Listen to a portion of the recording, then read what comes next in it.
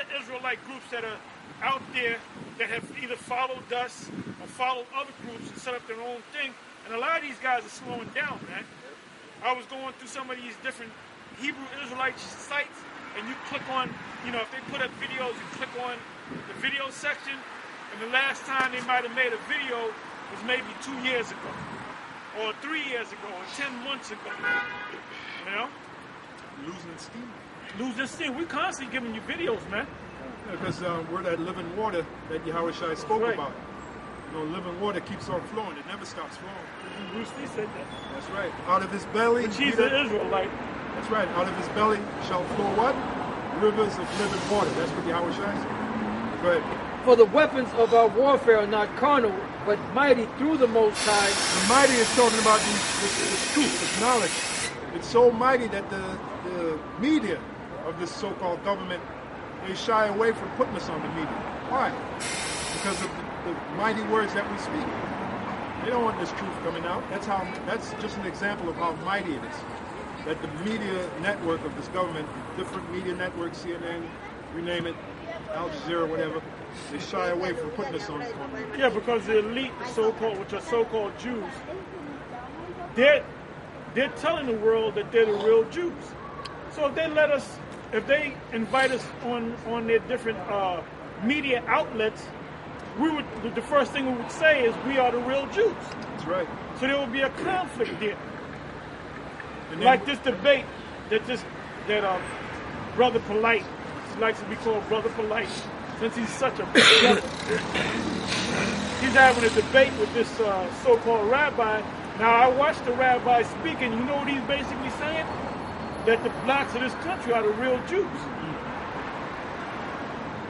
And then so he's trying to get, Polite is trying to get after him to get to us in a roundabout way. Right, look at that. And the guy has a lot of information. He has a lot of facts. You know, I didn't see all of his videos, but I saw one of them, you know? And then we would have to bring out that day of the Edomites. Then we would have to go into the judgment of the Edomites.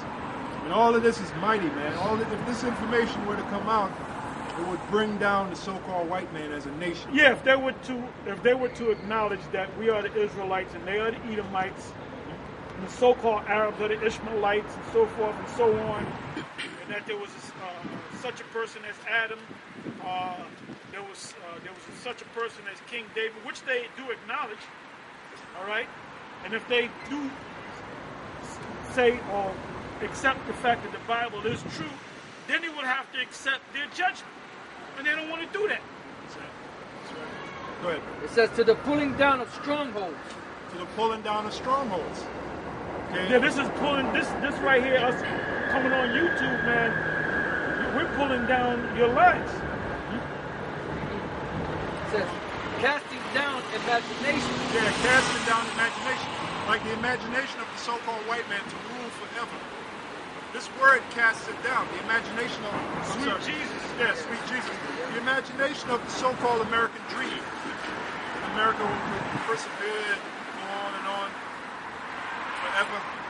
And that God is white. Yeah. And that his son, whom the world calls Jesus Christ, is white. Yeah. And that the angels are white.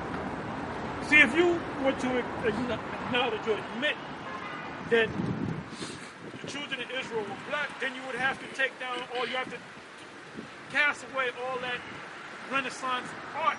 You would have to admit that the Renaissance was a big lie. Yep, that's right. In your so-called classic movies like the Ten Commandments. Oh, a lot of movies they got to burn. They got to get rid of burn those movies. Yeah. So this is an example of casting down imaginations.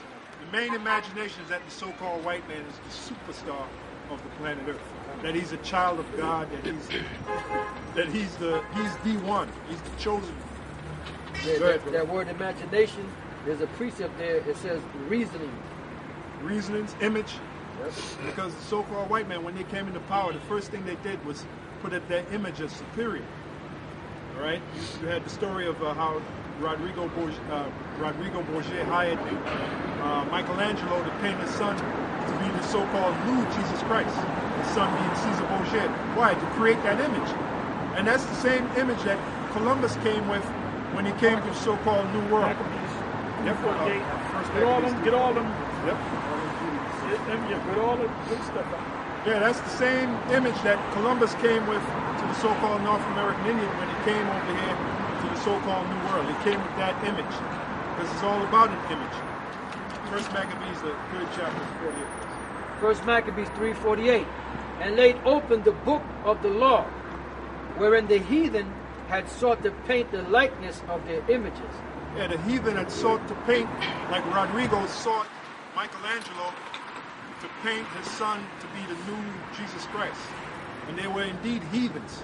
As a matter of fact, the Bourget family was known as the first crime family. Okay, there were a bunch of so-called white people, the Bourget family, which we believe the descendants of the Bourget family today are the Rothschilds. Right? Go ahead.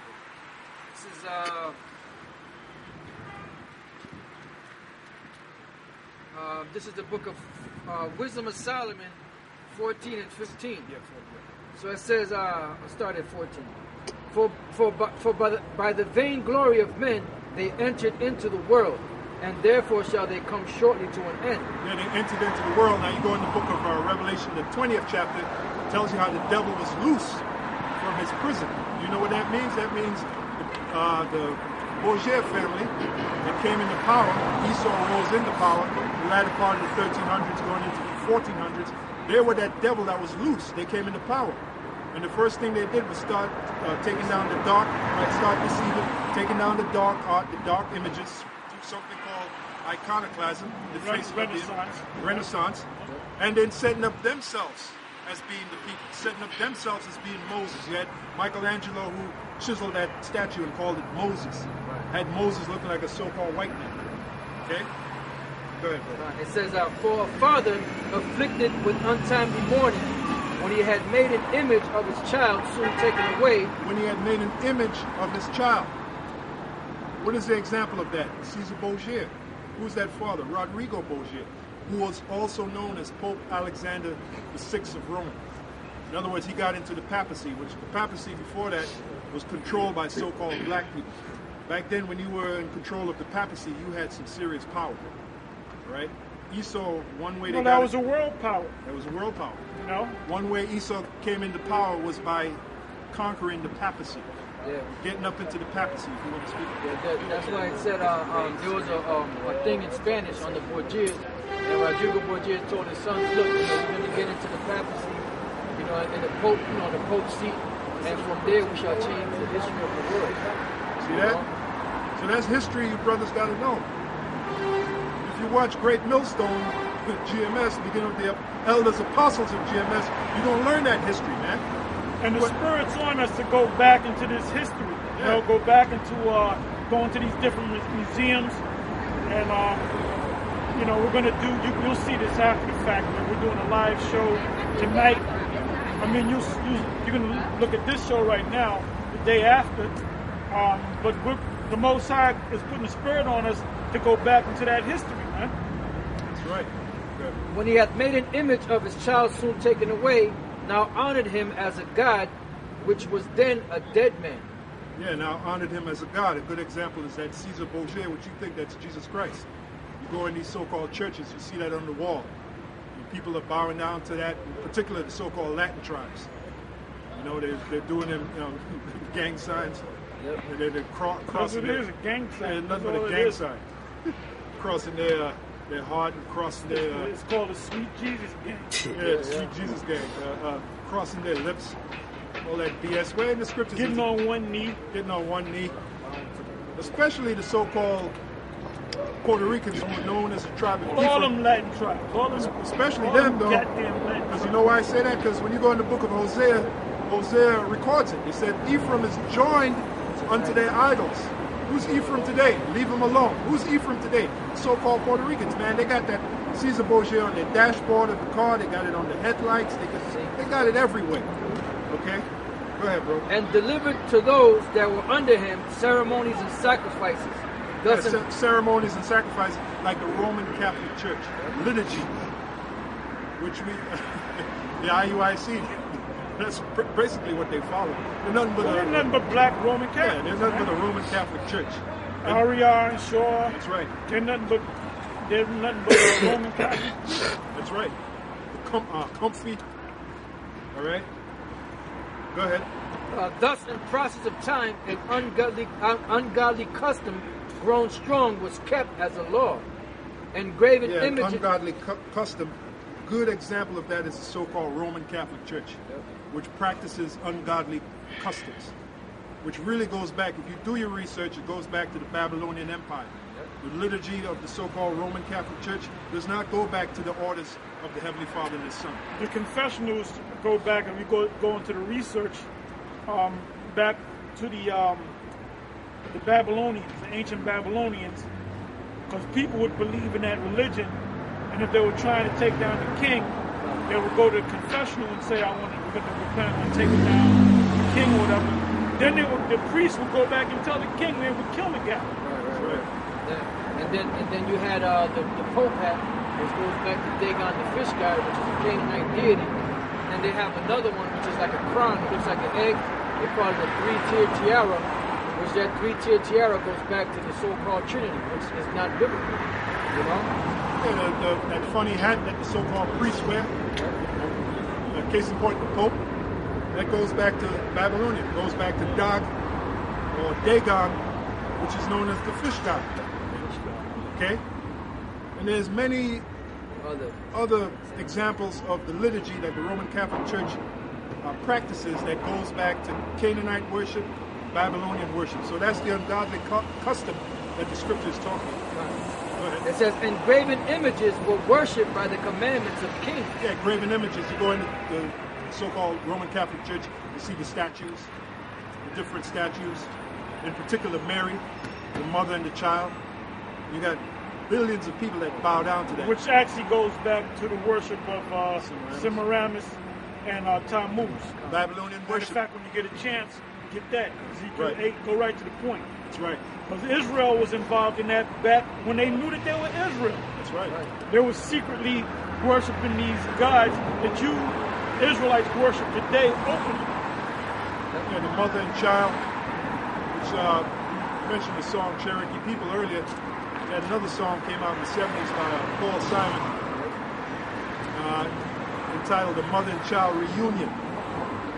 All right, so what does that go back to? That's why you're going to find out that these so-called music industry, that's really, those songs are really incantations to invoke demons, to invoke pagan worship, a lot of these songs.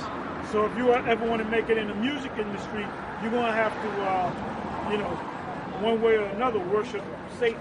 Absolutely. Pretty much. Yeah, even my man, what's his name? Bob Dylan. Oh, yeah. Worship somebody. You want to worship the Most High. You You got to have serve worship somebody. Satan. I was watching this new show. It's on Channel 2, the English dude. Chubby English dude, I forget his name. I don't watch the show on a regular, but I happened to put it on that channel. And Ty Diggs, he was in the back. He was in the green room. And this guy, before he would invite his guests on the panel, he would go to the green room and he would talk to the guests. And he went to the green room of Tay Diggs and he said, "Tay, what are you doing?" And Tay Diggs was in like a lotus position. He said, "I'm worshiping Satan." But then, it was a joke. But he was worshiping. He does worship Satan. He kept it real.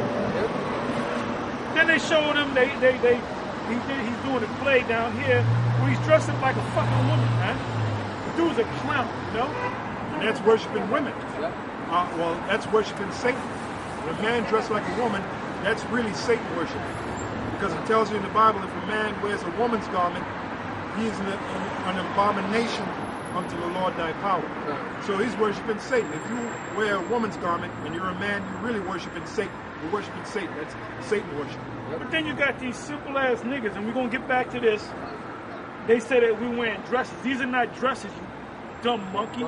They're garments, all right? They're robes. Ezekiel 8:13. He said also unto me, "Turn thee yet again, and thou shalt see greater abominations that they do." Then he Talking about the Israelites. That's right. Then he brought me to the door of the gate of the Lord's house, which was toward the north. It says which was toward the north, And behold, so this is a vision that Ezekiel, right? got it.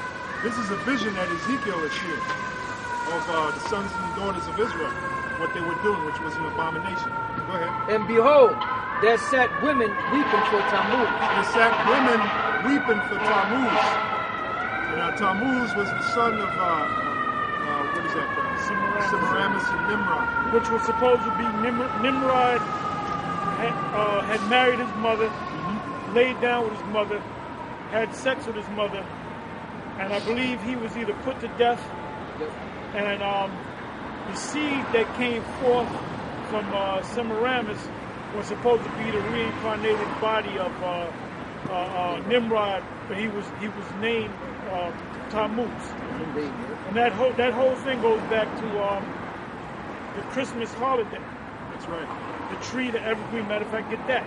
The evergreen tree that you put gold and silver on. So that's why when you go in these so-called churches and you see the mother and child, that's not representing Mary, as it were, and the little baby that the world calls Jesus, which his true name is Yahushua. That's not representing that. That's representing the Babylonian custom of Semiramis and Tammuz. And the Apostle Elder just gave you the history. And then the Egyptians took it as Isis and Horus. Yep. And then other cultures that took it during the time when the Roman Catholic institution was established and set up. That whole mother and child thing really goes back to Semiramis and Tammuz. Right. That little baby that Mary, the white Mary, is holding a little white baby Jesus. That really goes back to a black woman and a black little boy. Right. Semiramis and Tammuz. Which are Cushites, Africans. When you you got all your secret religions, your bohemianism, from the Canaanites, the Babylonians, the Canaanites, and even the Cushites. Yeah, that was a product of incest. And it tells you in the law, in our laws, that a man is not supposed to see the nakedness of his sister, or the nakedness of his mother, or his father's wife. So that his aunt. So again, that was a violation of the Heavenly Father's law. Go ahead. This is Jeremiah 10:1. Hear ye the word which the Lord speaketh unto you, O house of Israel. Thus saith the Lord, learn not the way of the heathen, and be not dismayed at the signs of heaven. Yeah, the mother and child reunion, as it were, is the way of the heathen. We're not supposed to learn that or practice that or worship that. So just know what you're worshiping when you go in these churches and you see that mother and child statue. Know the real history behind it, what it really means. Go ahead. And be not dismayed at the signs of heaven, for the heathen are dismayed at them. Right, be not dismayed at the signs of heaven, like worshiping the sun, which, pursuant to Psalms 96 and 5, it tells you the gods of the other nations are idols, which the other nations, in particular, different nations, Elam, the Ishmaelites, a lot of them are into sun worship. Right? Matter of fact, give me Deuteronomy, I believe it's 4:17. And that scripture is going to tell you not to worship the sun, neither the moon. Another example of sun worship is in these songs. A lot of songs cater to sun worship. The songs that you hear on the radio. When you read the lyrics, some of them are written in which language? There comes the sun. Or some of them are over. And they're really talking about worshiping the sun, sun worship. Matter of fact, sun worship is very productive in the music world. If you want to get a bona fide hit, you write a song about the sun. A lot of these different symbols that you see. Diamonds in the sky, diamonds in the sky. Lucy in the sky with diamonds. But there's the one with Rihanna. Oh, okay. Diamonds in the sky. We're like diamonds in the sky. Which is goes back to the worship of the Illuminati. That's right. Matter of fact, a lot of these symbols that these businesses hold as logos go back to sun worship. Well, the Google Chrome symbol, it's 3 sixes. Oh, okay. Which looks like a sun. Which looks like a sun. It's a vortex in the form of 3 sixes. Right. And see, you niggas didn't even know that. Here you are going on, which I use Google Chrome. But hell, hey, I use it, man. Scripture say use the world, but not abuse it. Not abuse it. Right. Good. There's a difference between using and worshiping. That's it.